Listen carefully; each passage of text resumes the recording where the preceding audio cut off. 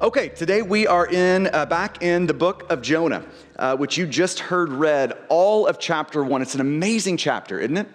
And let me kind of jump into this chapter by drawing your attention back to the year 2008. This is going to really date me. Some of you might have remembered in 2008 this movie called Vantage Point. Came out in 2008. Most of you probably didn't because it wasn't a great movie. But it was an interesting idea for a movie. So here's the essential sort of plot line. The president of the United States is in Spain, and he's there to sign this treaty to sort of counteract terrorism, to kind of unite forces, several different countries against terrorism. And part of this summit takes place in this open city plaza. So they're out in this plaza, all the sort of dignitaries, our president's there, all that good stuff. And as the president gets up to speak, a shot rings out. It's an assassination attempt. And the president is hit. And you can just imagine that scene, pandemonium, ensues. And then 3 minutes later, in the midst of all the craziness, a bomb goes off. Okay, so that's the scene that happens. You get to the end of that scene, and then the tape rewinds 20 minutes, and you come back to the beginning of all the events, the lead up to the event, the assassination attempt, the bomb going off, and you watch everything again, but through a different person's eyes.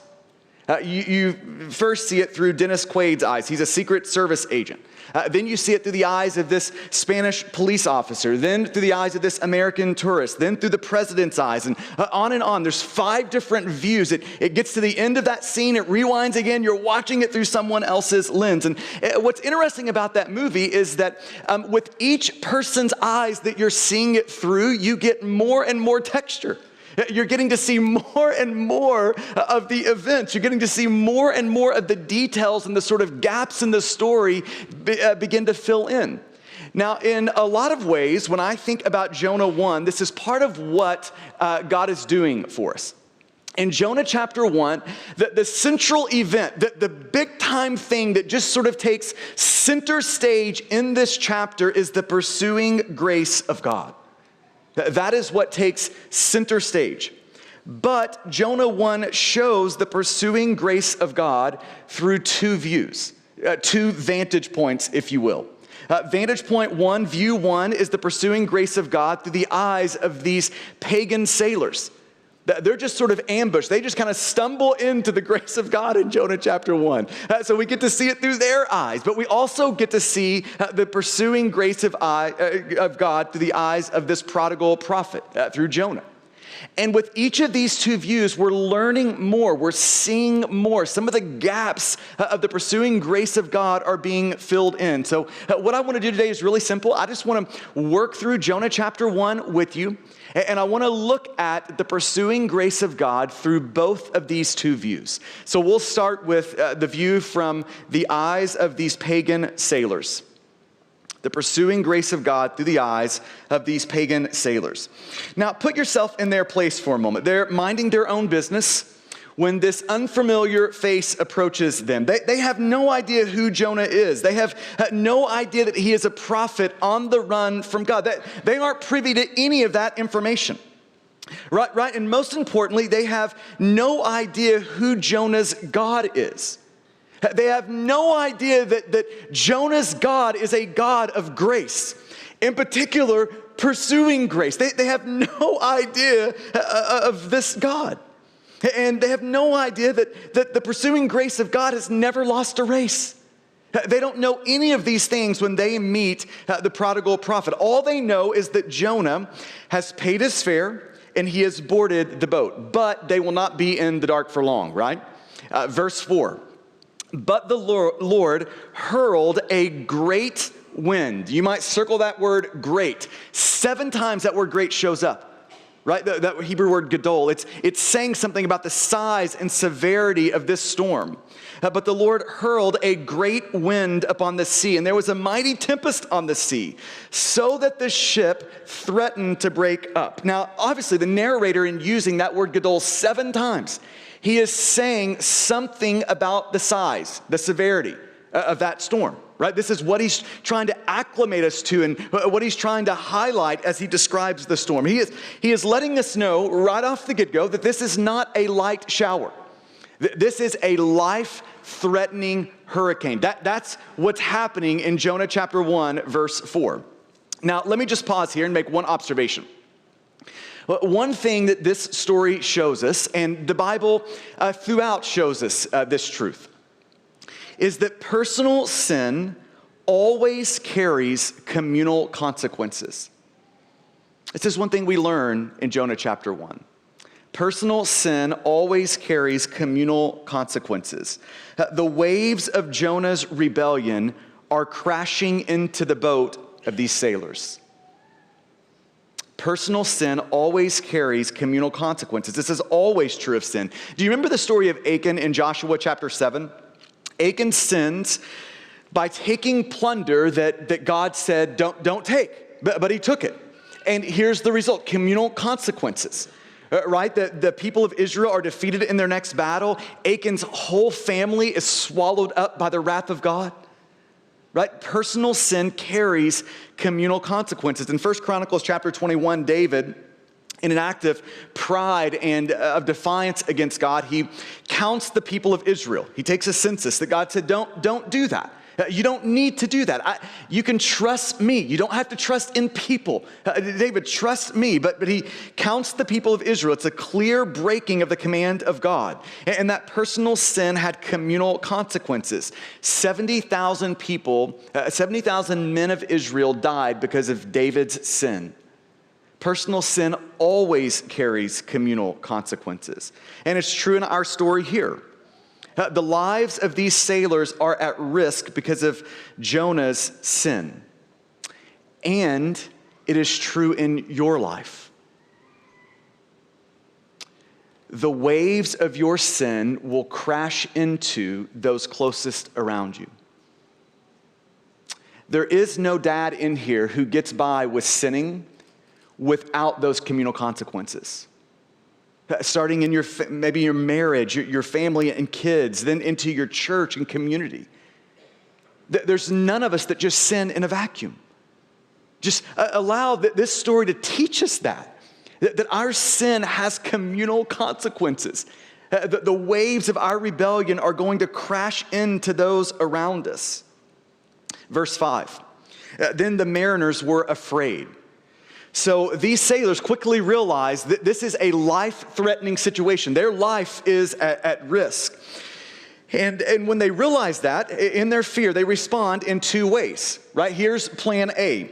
The mariners were afraid, and each cried out to his God. As one commentator kind of says in this moment of the story, he calls this scene pantheistic panic. And I think there's truth to that. That's what's happening. They had the dominant view of God in their day. They had a God for everything and everyone. There was the God of the sea, of the land, of fertility, of crops, of the rain, of the sun. Just a God for everything. And so their strategy in a moment of terror was to get as many people praying to as many gods as possible.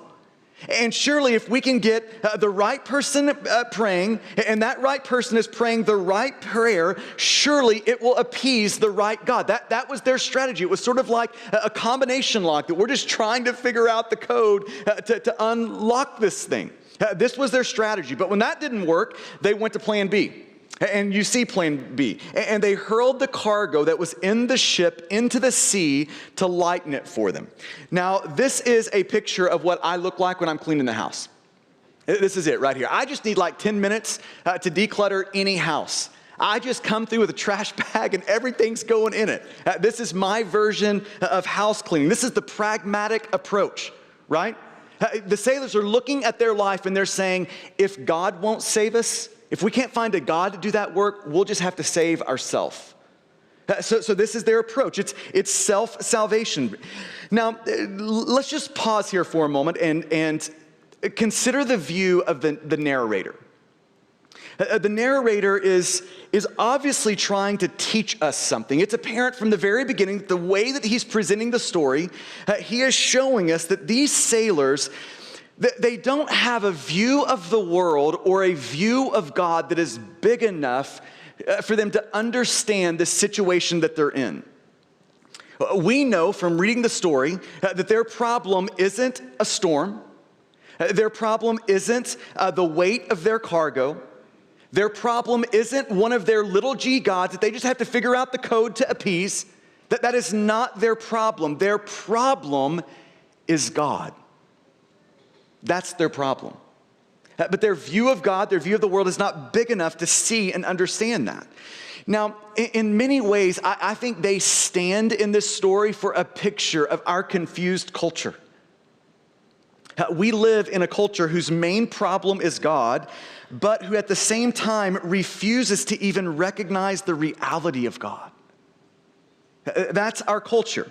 And in the middle of refusing to recognize the reality of that big G God, we have a culture that's constantly calling out to these little g gods.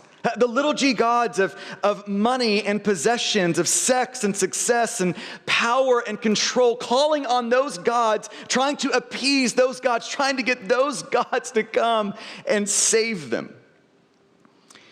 Now, when we read this story, it is intended by God to do something to our hearts. When we read this story, our hearts should be breaking for these sailors and for our city. These sailors are in a lot of ways just a stand-in for our city, for our culture. It's an invitation from God to feel their desperation, for our hearts to break over their plight. But look at where we find Jonah in verse 5. In verse 5, you get to the end of it, Jonah has gone down into the boat, and Jonah is fast asleep. And in a lot of ways, if the sailors are a stand-in and a picture of our confused culture, Jonah is a stand-in and a picture of the sleepy church, of sleepy followers of Jesus. Of followers of Jesus who have just grown numb to the greatest realities of life. Have just grown numb to that everyone in your neighborhood, everyone that you work with, everyone that you see in the grocery store, everyone that you have ever known will either spend forever with God in heaven or forever apart from God in hell. Is that not sobering to consider? And Jonah's asleep. He's asleep to these huge realities. Then you get to verse 6. So the captain came and said to him, and you can just picture, this captain is agitated, he's scared, he's angry, and he finds Jonah sleeping, and he looks at Jonah and says, "What do you mean, you sleeper?"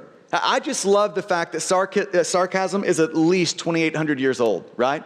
I mean, he's just pouring it on Jonah as he finds him asleep in the bottom of this boat.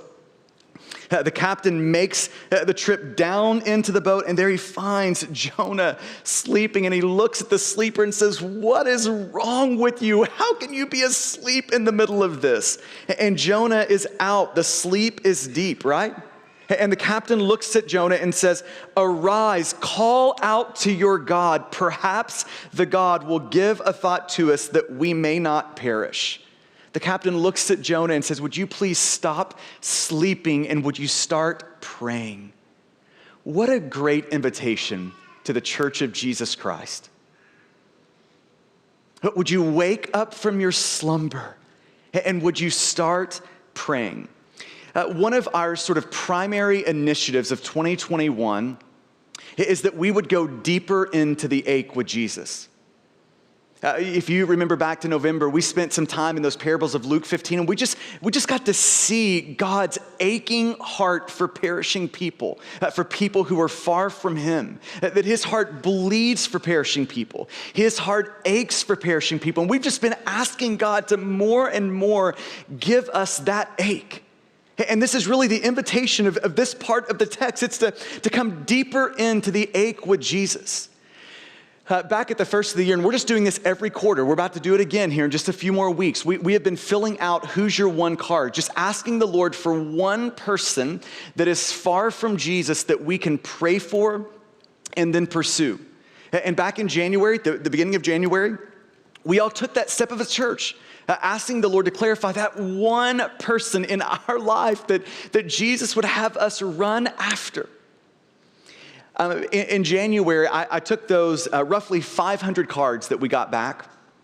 And for most of the last 3 months, they have been sitting on my desk so that every week I can look at that stack of cards representing human beings, precious souls who will spend forever in heaven or in hell. For like in 1 billion years from now, in 1 trillion years from now, we'll be with God in heaven or apart from God in hell. And Jonah, this story is just inviting us to wake up to those realities. And I just want to give you just a pastoral sort of prodding. We're right to the end of that first quarter. And so whoever that one was that you're asking God to save and to rescue, that you're praying for, and that you committed to pursue, that's engaging in a conversation. We just have a few weeks left in the first quarter of the year, so make sure in the next couple of weeks that you get after that conversation, that you engage that person in a conversation about Jesus. And let's just see what Jesus has. Maybe he has up his sleeve the saving of that person that you love, that you wrote down their name. Then you get to verse 7. And they said to one another, "Come, let us cast lots that we may know on whose account this evil has come upon us." So they cast lots, and the lot fell on Jonah. And then as soon as the lot fell on Jonah, they put him on trial. Look at verse 8. Then they said to him, "Tell us on whose account this evil has come upon us. What is your occupation? And where do you come from? And what is your country? And of what people are you?" They're looking at Jonah and saying, "We know now you're the problem, but we want to know why you're the problem. Tell us what's going on here, Jonah." And then you get to verse 9, and he said to them, "I am a Hebrew, and I fear the Lord, the God of heaven, who made the sea and the dry land." That is a beautiful confessional statement. Jonah is a worshiper of God, the God of heaven who created everything. And then notice their response in verse 10. The men were exceedingly afraid and said to him, "What is this that you have done?" For the men knew that he was fleeing from the presence of the Lord because he had told them. Now, this is the moment in this text where the pagan sailors went from what you might call an ignorant fear to an informed fear. They just connected the dots that Jonah's not our problem. That Jonah is not the issue. Jonah's God is our problem. It's an informed fear now. This was the moment they walked out of the darkness and into the light. The sailors started to see that God's pursuing Jonah. And they just happened to be in the path of God's pursuit. Then you get to verse 11. Then they said to him, "What shall we do to you, that the sea may quiet down for us? For the sea grew more and more tempestuous." And here comes Jonah's surprising response. Look at verse 12. And he said to them, "Pick me up and hurl me into the sea. Then the sea will quiet down for you. For I know it is because of me that this great tempest has come upon you." But look at their reaction in verse 13. "Nevertheless, the men rowed hard to get back to dry land, but they could not, for the sea grew more and more tempestuous against them." This is one of the ironies of the story. The pagans are more concerned about the life of the prophet than the prophet is for the life of the pagans. Isn't that just ironic in this story? That the very thing you think would never be true is the very thing that is true. Jonah does nothing to save them while they do everything they can to save Jonah. But their effort was to no avail. In verse 14, "Therefore they called out to the Lord, 'O Lord, let us not perish for this man's life, and lay not on us innocent blood. For you, O Lord, have done as it pleased you.'" Verse 14, in a lot of ways, brings us to this climatic point in the life of these sailors. For the first time, these sailors use the covenant name Yahweh.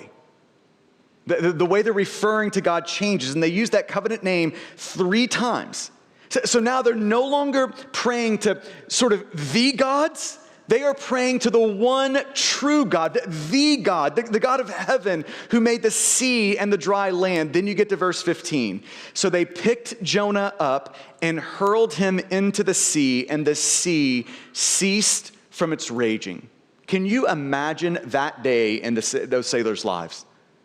What a day that is. Now, let's rewind and let's take the exact same story back to the lens of Jonah.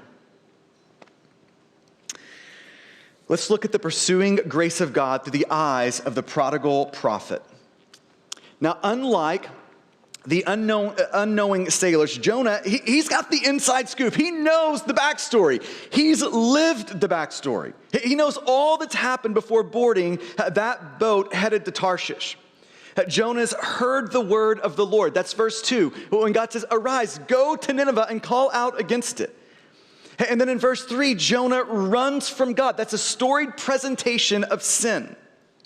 Jonah runs down to Joppa. He boards the boat headed to Tarshish. But in verse 4, God runs after Jonah. It's the most surprising run in the book. This is the storied presentation of grace. And if there's one truth that this story teaches us, it's that grace has never lost a race.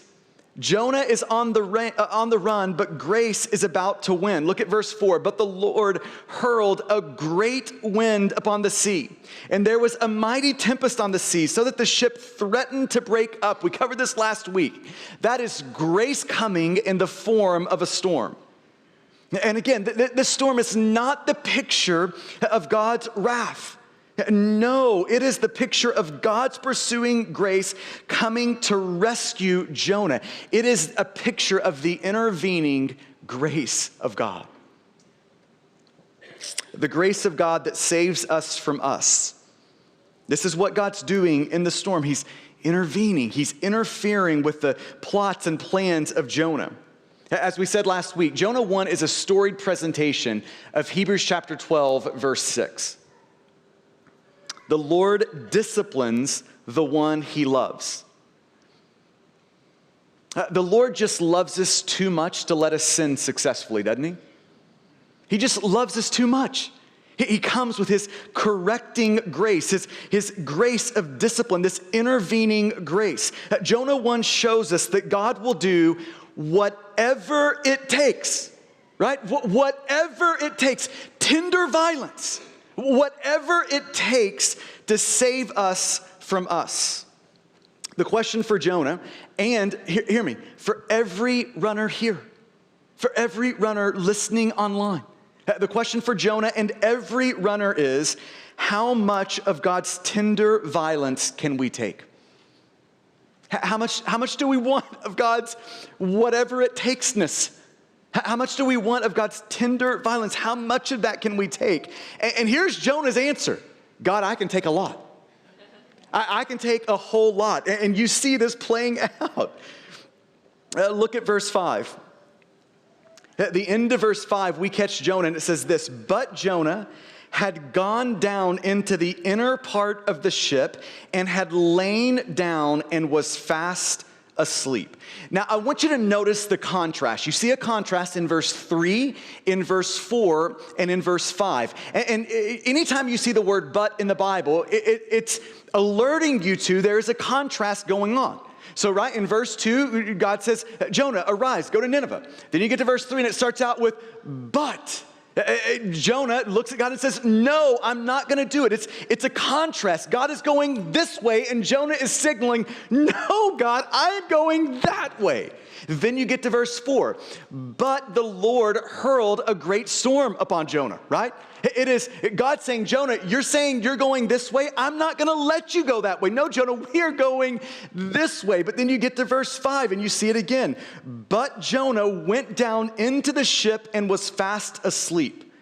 Those three buts, those contrasts of verse 3, 4, and 5, it is the narrator, the author of Jonah, alerting us to this. Jonah is at war with God. He is at war. He is wrestling with God. And although sin came dressed to the nines in Jonah's life, that sin was doing its deadly work. We talked about this a little bit last week, and Jimmy did a great job, a couple of weeks of showing the progression of sin in this passage, that sin is taking Jonah down to Joppa, down into the inner parts of the ship. He has gone down into this sleep, and Jonah will eventually go down to the roots of the mountain, chapter 2, verse 6. This story is showing us where sin aims to take us all.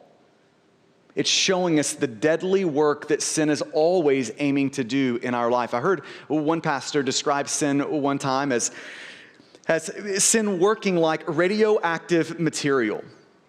Its poison is hard to feel at first. If you were exposed to radioactive material, you would not know it at first. You would think everything is fine, all is going well, but that radioactive material, sin, is doing that slow, subtle, yet deadly work of killing you. This is where sin's taking us. This is what its aim is for us. What you see in verse 5 is what C.S. Lewis illustrated in The Great Divorce. I love the imagery he uses. That people who are moving away from God are seen as more see-through and transparent and empty and hollow. But people who are moving toward God are seen as more and more solid, more and more thick and vibrant, more and more human. Right? It's just what C.S. Lewis is teaching us is what Jonah is teaching us. That sin has this way of hollowing us out, of over time killing us. And let's just let Jonah do its teaching work in our lives. There is no sin right now in your life that is doing anything other than this deadly work, killing you. Pornography, nobody else may know about it, but it is doing its deadly work in you, subtly, slowly killing you. Pride, it's doing that deadly work in you. Selfishness, arrogance, anger, all doing that deadly work of killing your soul. Verse 6, so the captain came and said to Jonah, "What do you mean, you sleeper? Arise, call out to your God. Perhaps the God will give a thought to us that we may not perish." Now, you might miss it in your English translation, but in Hebrew, the words of Jonah chapter 1, verse 6, arise and call out. It's the exact same words. It's an echo of Jonah chapter 1, verse 2, where God says to Jonah, arise, call out. This pagan sailor, this captain is just mimicking and echoing the words of God in Jonah's ears. Right? The same words that interrupted Jonah's life in verse 2 are now interrupting his life again. God's pursuing grace is just relentless, isn't it? Jonah just cannot get away from it. It reminds me of this story by C.S. Lewis. He's telling it about himself in his autobiography of just his conversion and his kind of experience of coming to faith in Jesus. It's called Surprised by Joy. And there's this paragraph where C.S. Lewis said, "I had always wanted above all things not to be interfered with. I had wanted to call my soul my own. But God interfered." And this is the way C.S. Lewis talks about the interference of God. He says, "You might picture me alone in my room, night after night, feeling, whenever my mind lifted for even a second from my work, the steady, unrelenting approach of him who I so earnestly desired not to meet." I love that picture. He's saying, I'm in my room, I'm just night after night there, and every time my eyes kind of drift up from my work, here is what I feel approaching me. The very pursuing grace of God that I'm trying to avoid. And this is Jonah. And around every corner, around every turn, he is running into the very God he is trying to avoid. Verse 7, it gets even worse for Jonah. He wakes up to the familiar words of chapter 1, verse 2, arise, call out. But he also hears the dreaded sounds of sailors casting lots. Wouldn't you love to know what Jonah was thinking in that moment? Oh no. They're rolling the dice to see whose problem this is, to see why this storm is happening. The story goes on in verse 7, and they said to one another, "Come, let us cast lots that we may know on whose account this evil has come upon us." So they cast lots, and the lot fell on Jonah. Pursuing grace. This is a storied presentation of Numbers chapter 32, verse 23, where the scriptures say, "And be sure your sin will find you out." That's scary, isn't it? But God just loves us too much to let us sin successfully. He loves us too much to let us go unchecked in our sin. Sin always has a way of catching up with you. Even those sins that we have tucked tightly in the closet of our past and are just sure they will never bust out of the closet. It's a storied presentation of Numbers 32. I once had a mentor say this to me, and I love this line. He said, "Sin that we cover, God uncovers. But on the other hand, sin that we uncover, God covers." And I love that. I think there's so much truth in that. Sin that we cover, sin that we try to hide, God has a way of uncovering. But sin that we confess and that we bring to God, He gladly covers that sin with the person and work of Jesus. But when we hide our sin, God has to do that painful work of exposing it, of bringing it to the light where it can actually be dealt with. And this is the painful work that He is doing in the life of Jonah. And that rolling of the dice, those casting of the lots in verse 7, they carry that warning. That if we're here today and we're trying to hide our sin, cover our sin, God is going to uncover it. And He's going to do that out of love in His heart for you. It's going to be a moment of God's pursuing grace, not to let you sin successfully, but for every sinner who will, with an open heart, bring their sin to God this morning. Here's what God promises to do. He will gladly cover it with the person and work of Jesus. That's an invitation to you today.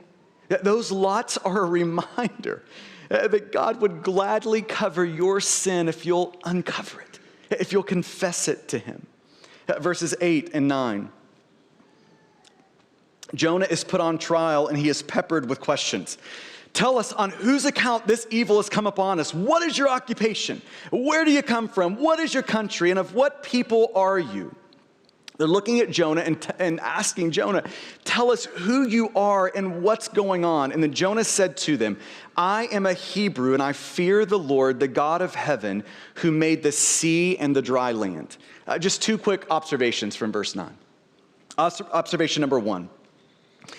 Verse 9 shows us how wide the gap can be between our confessional beliefs and our practical obedience. That should just be a warning for all of us of just how wide the gap can be between confessional beliefs. Right? This is Jonah saying, "I am a worshiper of God, the God of heaven, who made everything. I'm a worshiper." Really, Jonah? How wide the gap between confessional beliefs and practical obedience. I am a huge fan of good theology. We need good theology. But right theology doesn't always lead to right living.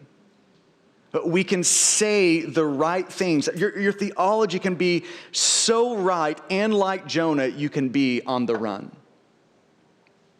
Observation number 2 from verse 9. Verse 9 reveals Jonah's deepest identity. I want you to follow this observation here. It reveals Jonah's deepest identity. When they ask Jonah, "Jonah, who are you?" Fill us in on the gaps here. "Jonah, what is going on? Who are you?" Jonah responds first with his race, "I am a Hebrew." Then with his religion, "I fear the Lord." Do you see it? His first response, his reflex is race, then he gets to religion. And I'm using religion in the good sense of the word, that he is a worshiper of God. And here is the problem in Jonah's life. Jonah's race is greater than his religion. And his disordered identity right? And that's it. Anytime that who we are in Christ is less than some other identity in our life, it's a disordered identity. And his disordered identity, in a lot of ways, just explains why he's running in the first place, right? If his Hebrewness defines him at the deepest levels, then the worst thing he could ever imagine is a God who would come to him and say, go to a rival nation and give them my grace. That's the worst thing he could imagine. Right? This is the sort of repercussions of a disordered identity. So, church, can we just affirm corporately together today that we are not first American? We're not first white. We're not first black. We're not first brown. We're not first Republican. We're not first Democrat. We are first and foremost a follower of the risen Jesus. Yes. Verse 10, then the men were exceedingly afraid and said to him, what is this that you have done? For the men knew that he was fleeing from the presence of the Lord because he had told them. Then they said to him, what shall we do to you that the sea may quiet down for us? For the sea grew more and more tempestuous. Now, what are we hoping to read in verse 12? What are we hoping the next verse is going to sound like? We're hoping we're going to get this. Sailor friends, here's the problem. God told me to go to Nineveh, but I said no. And I've sinned against God. I ran down to Joppa and I boarded your boat, but God's grace is faster than my sin. God has chased me down right here on this boat. He's caught me. And I'm submitting to God. I'm surrendering to God. Here's what needs to happen. We need to turn the boat around, take me back to Joppa because I'm going to Nineveh. That's what we're wanting to hear from in verse 12, but instead, here's what verse 12 says. Jonah said to them, pick me up and hurl me into the sea, then the sea will quiet down for you. For I know it is because of me that this great tempest has come upon you. Jonah's defiance is so deep that he would rather die than do what God wants. He would rather die.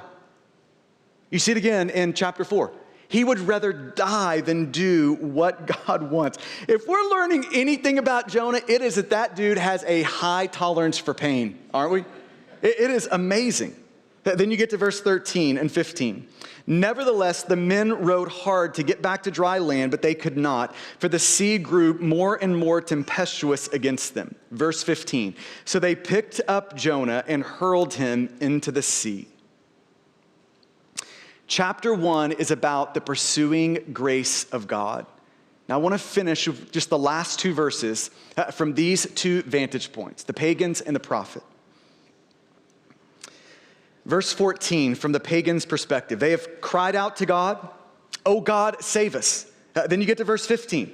They threw Jonah into the sea, and the sea instantly grows quiet. I can't even imagine that moment. And then in verse 16, we read, then the men feared the Lord exceedingly, and they offered a sacrifice to the Lord and made vows. Their hearts melted in the presence of a God who had the power to calm a storm. And notice the progression in verse 16, and really in this chapter. In verse 5, the sailors were afraid. In verse 10, they were afraid. But in verse 16, the men feared the Lord exceedingly. And there is a huge difference between being afraid of God and fearing God. There's a huge difference. I love how one commentator said it. He said, being afraid is what happens when you don't know God. Fearing God is what happens when you do know God. And verse 16 shows us a picture of God's pursuing grace. It's alerting us to the reality that God's pursuing grace wasn't just after the prodigal prophet. God's pursuing grace was also after these pagan sailors. I mean, it's an amazing chapter, and it's an amazing story. God providentially uses Jonah's rebellion to rescue these sailors. That is how deep and wide and amazing the pursuing grace of God is. Then the last couple of verses through the eyes of Jonah, the prophet. His skin is thick. His defiance is deep. He is still on the run from God as he's being thrown into the sea. Now imagine you get to the end of that moment. He's thrown into the sea. And think just imagine the first time you're reading the story and you get to that moment, right? That the pagan sailors have been rescued by God, and God finally gives Jonah what he deserves, right? He's finally killed the prophet. So pagan sailors are saved. The prophet is killed. It's like, that's a great place to end the story right there, right? One chapter story, it's over, and that's a wonderful place for it to come to a conclusion. It's a fitting end. But grace has not lost a race. Jonah's sin will not have the last word. Grace will. And God's pursuing grace takes a decisive step in verse 17. And the Lord appointed a great fish to swallow up Jonah. It is a sovereign act of grace. God directs this really large fish in the middle of a massive ocean to swim by a small boat and swallow a tiny little man. Jonah is running, but grace, as we're going to see in chapter 2, is about to win. Grace always gets the last word. Isn't the pursuing grace of God amazing? It just is relentless. It won't stop. It won't stop. And then we get to the final phrase of chapter 1. And Jonah was in the belly of the fish 3 days and 3 nights. Now, we get the benefit of reading this story from this side of the cross. And we can instantly see that verse 17 is alerting us that the narrator wants us to see through Jonah all the way to the person of Jesus, the greater Jonah, who willingly endured 3 days not in the belly of a fish, but in the belly of the earth. Like Jonah, Jesus was thrown into the storm of God's wrath. But unlike Jonah, it wasn't because of Jesus' disobedience, it was because of our disobedience. There, upon a Roman cross, Jesus gave his life for ours, his sinless perfection for our wrath-deserving sin. There, upon that Roman cross, Jesus calmed the storm of God's wrath as he drank every last drop of God's anger over our sin. And then, after 3 days in the belly of the earth, we're going to celebrate it here in just a few weeks. Aren't we grateful that we have a God who busted out of the tomb, who came out of the grave? That's Jonah chapter 1. Will you bow with me?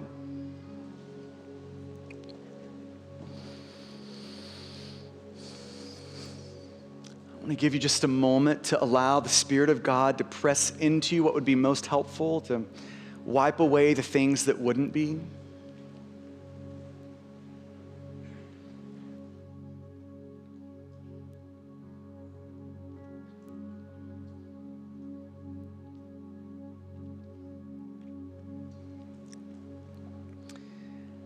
How would God have you respond to him today? Just there where you are, why don't you ask the Lord to talk to you about that? What's the one thing he would want you to bring down out of Jonah chapter 1? What's the one thing he would want to press down into your bones this morning?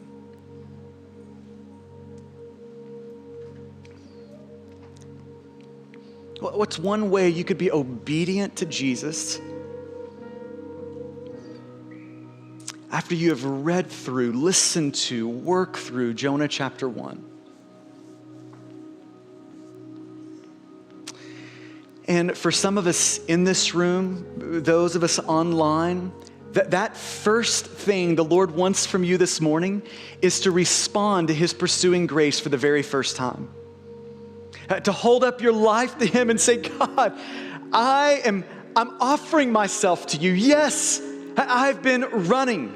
And God, today your grace has caught me. So God, here's my life. I'm trusting in the person and work of Jesus. Rescue me, God. Save me, God. And God just stands so ready today, so willing today to rescue you. So in the best way you know how, you can call out to God, ask him to save you.